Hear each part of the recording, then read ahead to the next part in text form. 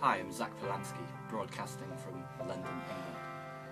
I guess the first thing to say is I'm not a philosopher. Not in the traditional sense anyway. I have no academic qualifications in that area, and I know very little about the subject other than my own interests. In fact, a year or two ago, I tried battling with the history of Western philosophy by Bertrand Russell and failed miserably. Although I found it a fascinating book, a lot of the ideas and concepts were completely alien to me. And it wasn't until quite recently with the Occupy movement that I sought out Dr Jason J Campbell and some of his videos, and they started to open some of those areas that I'd always tangled with, whether it be in politics, morality, or own freedom, that I started to actually get terms and terminology for the arguments that I was already having on a daily basis.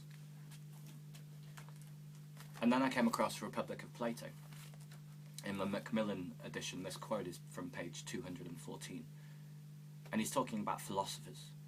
And he says that a man keeps quiet and confines himself to his own concerns, like one who takes shelter behind a wall on a stormy day, when the wind is driving before it a hurricane of dust and rain. And when from his retreat he sees the infection of lawlessness spreading over the rest of mankind, he is well content, if he can in any way live his life here untainted in his own person by unrighteousness and unholy deeds, and when the time for his release arrives, take his departure, amid bright hopes with cheerfulness and serenity. On a lighter note, I was thinking about 24 hours of my day, and those philosophical questions that come up at any time. When I'm having my breakfast, when I'm going to work. Generally, those people I encounter. So what I'd like to take you, the viewer, through is 24 hours through my own eyes, and have a look at some of the questions that come up. Let's go. This is for my people. Say what? This is for my people. So why breakdance, and how does it relate to philosophy? There's a quote I absolutely love. If we could give every individual the right amount of nourishment and exercise, not too little and not too much, we would have found the safest way to health. Just doing my own thing each day before I've even started my work can be a fantastic way to start the day. So I've always enjoyed dancing, but it wasn't until I started reading that I realised why I was enjoying it so much. Julian Jaynes, The Origin of Consciousness and the Breakdown of the Bicameral Mind. It's a pretty wordy book. One of the key concepts is this idea of two hemispheres, the left hemisphere being that of logic, of reasoning, and the right hemisphere being that of creativity, of that moment of being one with the world. And obviously it's come through Zennism, Buddhism, Heraclitus, the river, you can't step into the same river twice. And there's something about breakdancing, it's that moment when these two things come together. It's not an act where you're quite thinking, and it's not an act where you're quite just being. It's that middle ground between being and becoming, as Nietzsche talks about. And it wasn't until I started reading philosophy that I knew why I was enjoying it so much, and it just enhanced my enjoyment of it even more. But enough of dancing, because it's about 11:30 now, and I start work at midday today. And a man's got to pay the rent, right? See you soon. So I'm on my way to work. It's really cold here in London, England today. Absolutely freezing, in fact. And my bike is broken. And before philosophy, I'd probably be standing here bemoaning the fact that my bike is broken and wondering what I could do about it. And one thing that philosophy has taught me, I think it's Robert Pirsig that says, actually it's better to travel than to arrive. And actually, if I've not fixed my bicycle, who do I have to blame that I'm stood at the train station waiting for the train to go to work?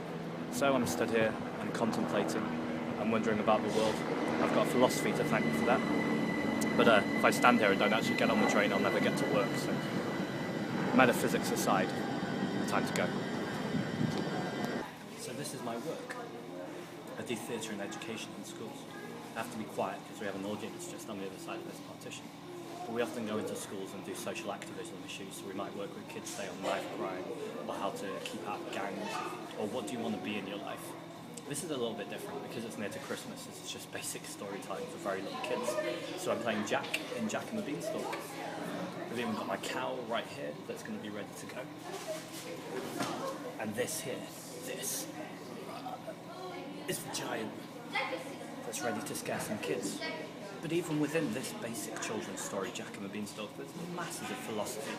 In this particular version of the story, I'm playing Jack, who runs out of rent money and decides to go after his evil rent collector.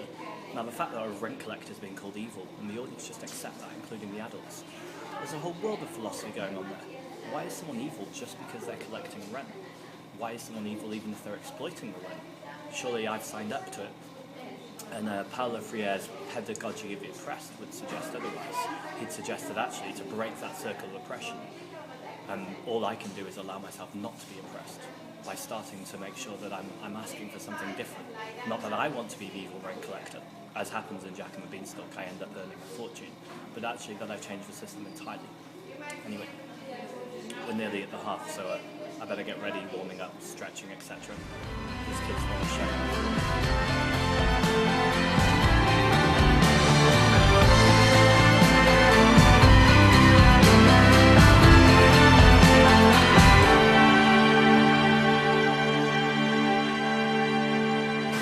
And even this walk home before I started considering philosophy really is connected with the things I want to talk to you about. Because actually, we had riots on this very road just a few months back. Homes were burnt. I live pretty much in the ghetto, and this is where the kids all seemingly went to go crazy. I just have to watch the road here. Now, before philosophy, I think during the riots I would have been quick to condemn. I would have been with the majority of Londoners who are like, these stupid kids, how could they do this? Whereas actually, the question really is, how did we go so wrong? Or where did we go as a society so wrong that kids were impelled to do this? Surely people are happy and content with their lot in life don't riot, as simple as that. They don't pick things up and smash them. And obviously the real question, the real discussion that was being had in London was it simply an act of criminality, or was it a deeper fundamental sign of a recession hitting, or of a nihilism, essentially, with Nietzsche's will to power? I don't have an answer, and that's one of the key things of this little video as well, is that I don't think philosophy is necessarily about answers or even asking the right questions, because actually asking the wrong questions sometimes can be just as informative. But actually, it's just about having an open mind, a curiosity, and a wonder about the world. And I'm just about at my front door. Take a look. So as we come to the end of this video, I'd like to say thank you very much for watching. It's 11 PM, London's going to sleep.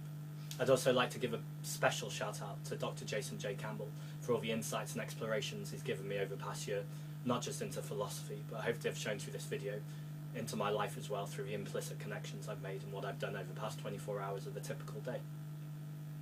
I've got one more thing to do before I go to bed. I do this once a week. In many ways it's the most important thing I do, and it's certainly one of the most fun. I work in a club. It's a gay urban club, and even in London this is quite unusual. Majority of our customers are black and mixed race. They're aged between about 18 or 25.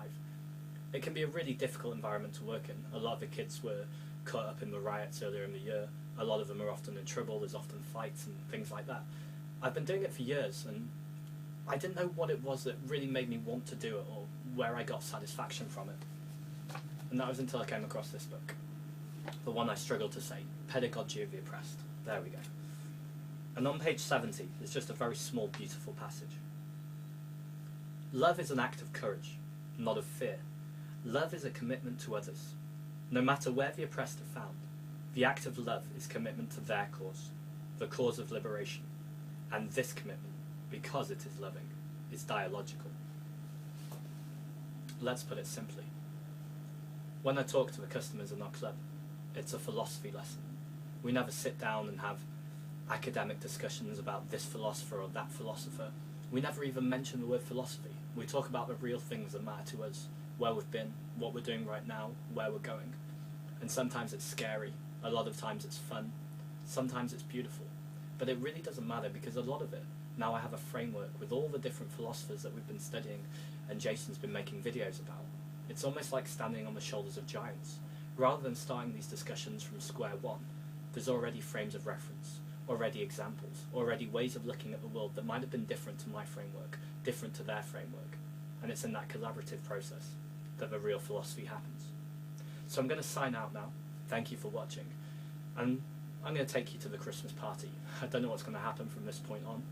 It could be amusing, it could be wild, it might be confusing. But whatever it is for you, have a Merry Christmas. I'll see you soon. Get your freak on. Get your freak on.